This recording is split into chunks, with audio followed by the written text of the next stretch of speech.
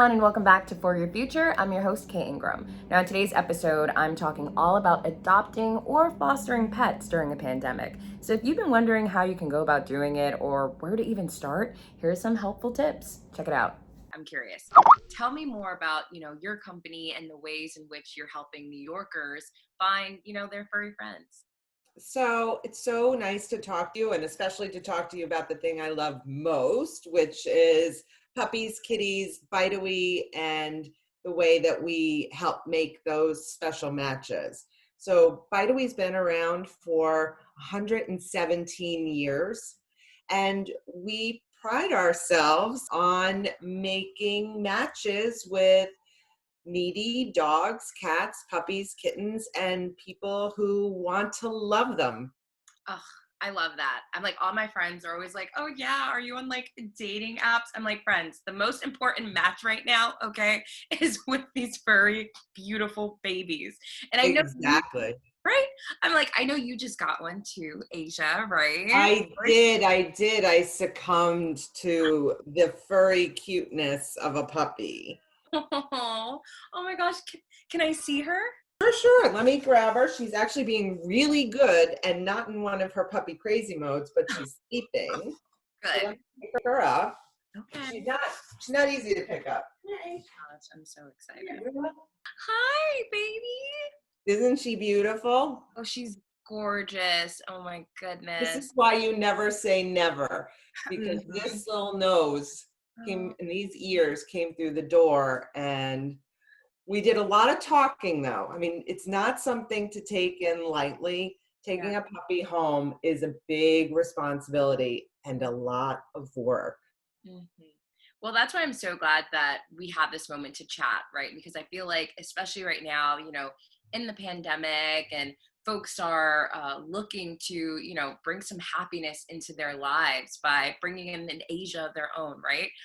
So I figured what better person to talk to than you, right? With the great work that you're doing with Bideawee. So I'm curious, for folks who are looking to, adopt an Asia of their own, what Mhm. advice or tips do you have, especially right now in this current climate? Right now, it's such an opportune moment for so many people because they're home. I'm working from home a lot of the time. My husband works from home.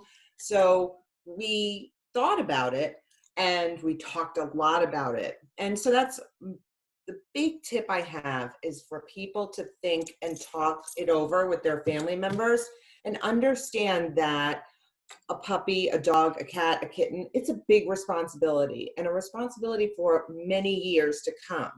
And really understanding that there's a lot of work that goes into having a well socialized dog or cat and a well trained one so that they fit into the family really well and that they live up to your expectations. And we did a lot of talking about training. We started with a trainer right off the bat, the first week home.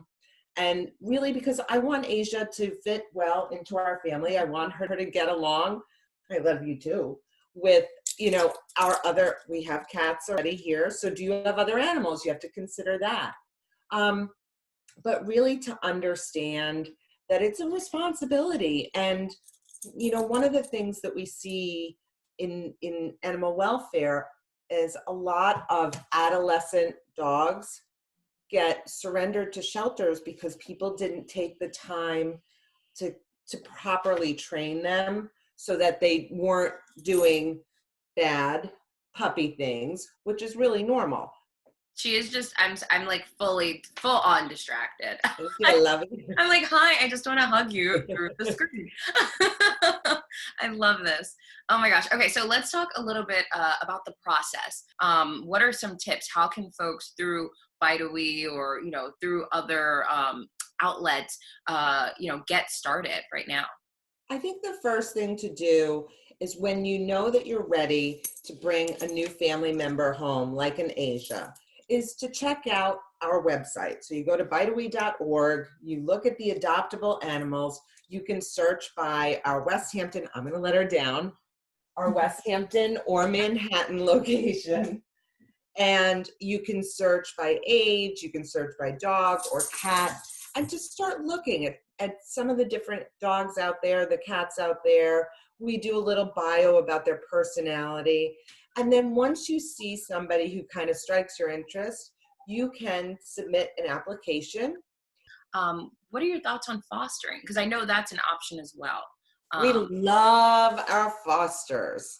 We have had, when we first went through in March, early March, the lockdown in New York, we had an outpouring from the community of potential fosters that was more than we could even handle. We had, I think in the first week, 700 foster applications.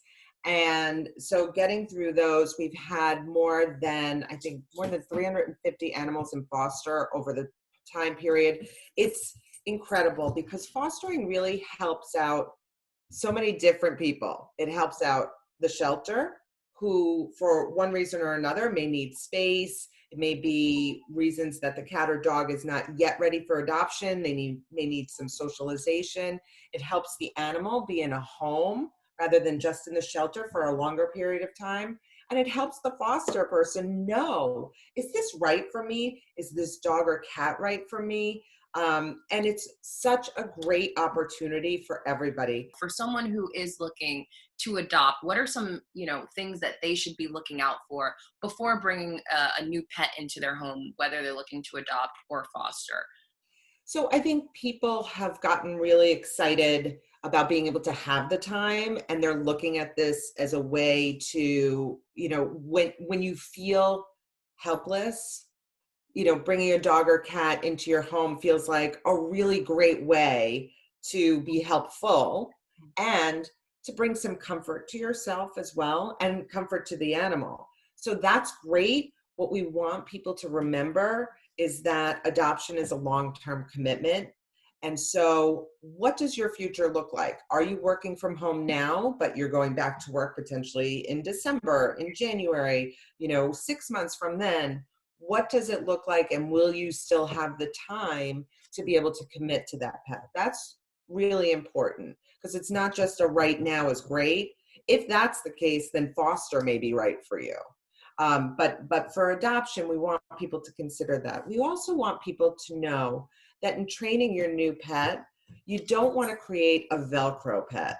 That creates a problem later on when you want to leave or when you need to go back to work, and your pet then becomes or has a separation anxiety issue. And so you want to be able to keep some normalcy in their life and show them what things will look like even outside of the pandemic. Making sure that you go for walks, create a routine where you're not always with your pet, even though you're with them more. It's something that I even deal with in my own house, because I have a 14-year-old small rescue puppy, he's 14, and he's very Velcro to me. And so I have to work to make sure that he's not always attached to me, because I do have to go into work. I don't know if you can hear Asia in the background, but she has a toy and she's... Oh, I'm such an Asia fan. So if there's a fan club, I'd love to be a member because I'm already there. I love it. She's just living her best life. She totally is. And I just looked and it's not a toy, but it's one of my slippers. Oh no. I'm like, wait a minute. Which is, right? Well, thank you. And thank you to Asia for, providing these amazing tips. We've been so excited just seeing the feedback, from our own viewers, Clear the Shelters, and now having another resource, that they can look forward to adopt a furry friend. So I really appreciate it. Thank you. Awesome. Thank you so much.